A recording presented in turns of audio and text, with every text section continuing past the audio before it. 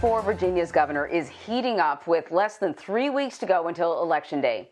New CBS polling shows former governor and Democratic nominee Terry McAuliffe holds a slight edge among likely voters over Republican candidate Glenn Youngkin. But that lead falls within the margin of error, making the battle for the state's top spot up for grabs.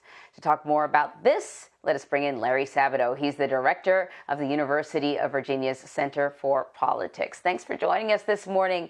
So, one of the things that we've been talking about almost on a daily basis is the debate over mandates, mask mandates, vaccine mandates, hotly contested topic throughout the country. How did it play out, or how is it playing out in this race? Vaccine mandates are one of the best issues that Terry McAuliffe, the Democrat, has. As across the country, in most states at least, Virginia has settled, or the public has settled in favor of vaccine mandates by a pretty wide margin. It's a matter of the vaccinated being fed up with the undervaccinated for stretching out the pandemic. So this is important for McAuliffe. He's pushing it hard in TV ads and on the stump. The Republican's not opposed to vaccines, but he doesn't want it mandated. Well, there's a big gap there, and people are going to make their decision based on that, but a wide variety of other issues. President Biden actually won Virginia by 10 points last November. This election's pretty close, much closer than I think a lot of Democrats would have hoped for. Is the president's agenda, or I should say sort of lack of an agenda, I mean, he has an agenda, but we haven't actually seen very much move forward. Is that having an impact on the race, do you think? Absolutely it is. I think the inability of the Washington, D.C. Democrats, from the White House to both houses of Congress, the inability to get their act together and to pass at least one of the two big bills, the infrastructure bill, one assumes, could pass fairly easily now. This has been very frustrating to the Democratic Party in Virginia and to Terry McAuliffe as the candidate, and he's made no secret of it. He's been calling on a daily basis for the Democrats to stop acting like Keystone Cops and to get something passed. It matters because the Democratic rank and file is unenthusiastic compared to the Republicans. They're enthusiastic because they've been out of power for 10 years. We have elections every year in Virginia. They've lost every single one of them. They have to start winning somewhere, and this seems like an opportunity, though they're still a little bit behind the eight ball. And is the Republican candidate piggybacking on that? Is he trying to link McAuliffe to the Democrats on Capitol Hill and in the White House?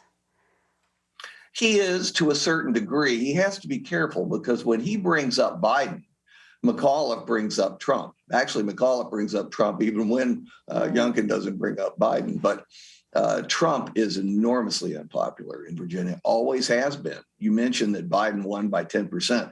That isn't a measure of party ID in Virginia. That is exaggerated for the Democrats because of Trump's enduring unpopularity.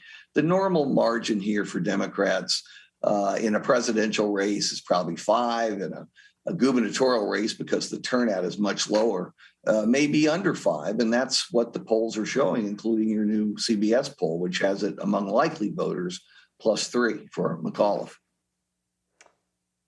So, some people say that this race is the race to watch because it is an indication of where things could go during the midterm elections. The issues that will be hot button issues, the potholes and challenges that candidates may have. Is that fair to sort of look at Virginia in this way? Well, there's nothing else to look at. Junkies need their fix, and New Jersey is not particularly close, and Virginia is. I can tell you this, having covered this since the 1960s, I hate to admit this, some years it's indicative of what happens in the following midterm year, and some years it isn't. And that's the answer nobody wants to hear because they want to tell you an iron rule of politics, and there are no such things. Mm-hmm. A quick question before we have to let you go, because independents, what sort of role are they going to play here? Well, independents in this state, at least, normally break Republican. In fact, when McAuliffe was first elected in 2013, 2013, he lost independents by 9%, and he still won by 2.5 points. So you can overemphasize where the independents are. They tend to be more conservative, and they haven't been identifying openly with Republicans, again, because of Trump. And so I take it that Youngkin is sort of avoiding bringing up Trump, though he has sort of flirted with Trump-esque policies. Oh, absolutely. I think he would admit today, he made a big mistake in saying in the beginning that he was getting in because President Trump had inspired him, and all those policies that Trump had were really what he wanted for Virginia. And of course, Trump has endorsed him at least 3 times. Some people say 5, but I only saw 3, but that's a lot. And in Virginia, it doesn't help him. Yes, Larry Sabato, thank you very much for joining us this morning. Thank you, Anne Marie.